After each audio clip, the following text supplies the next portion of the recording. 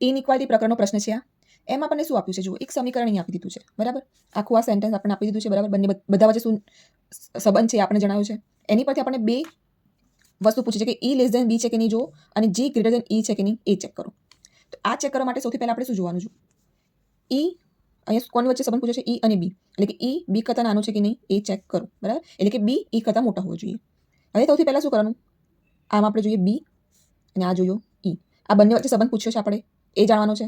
તો સૌથી પહેલા B અને E વચ્ચે જે પણ નિશાનીઓ આપી છે ને, એ નિશાનીઓ જોવાની, એ નિશાનીઓ ચેક કરવાની. નિશાનીઓ એક દિશામાં છે કે નહીં, બરાબર. જો નિશાનીઓ એક દિશામાં ના હોય તો B અને E વચ્ચે કોઈ સંબંધ બનશે નહીં, બરાબર. તો આ ખોટું બની જશે ઓટોમેટિક. પરંતુ અહીંયા નિશાનીઓ જુઓ, એક દિશામાં છે, એટલે કે ગ્રેટર ધેન ઇક્વલ ટુ છે, ને ગ્રેટર ધેન નિશાની છે, એટલે કે એક જ દિશામાં નિશાનીઓ છે. ઠીક છે.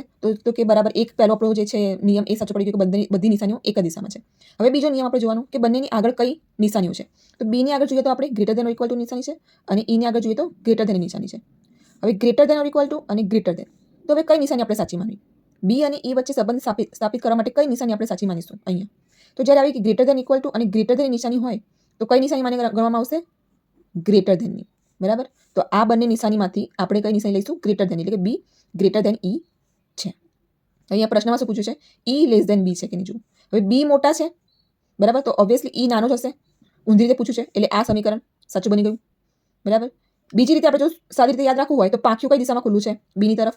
અહીંયા પણ કોની તરફ છે? B ની તરફ ખુલ્લું છે. પ્રશ્નમાં પણ B ની તરફ આપ્યું છે ને આપણે એ જોવાનું કીધું હતું કે છે કે નહીં એ પ્રમાણે.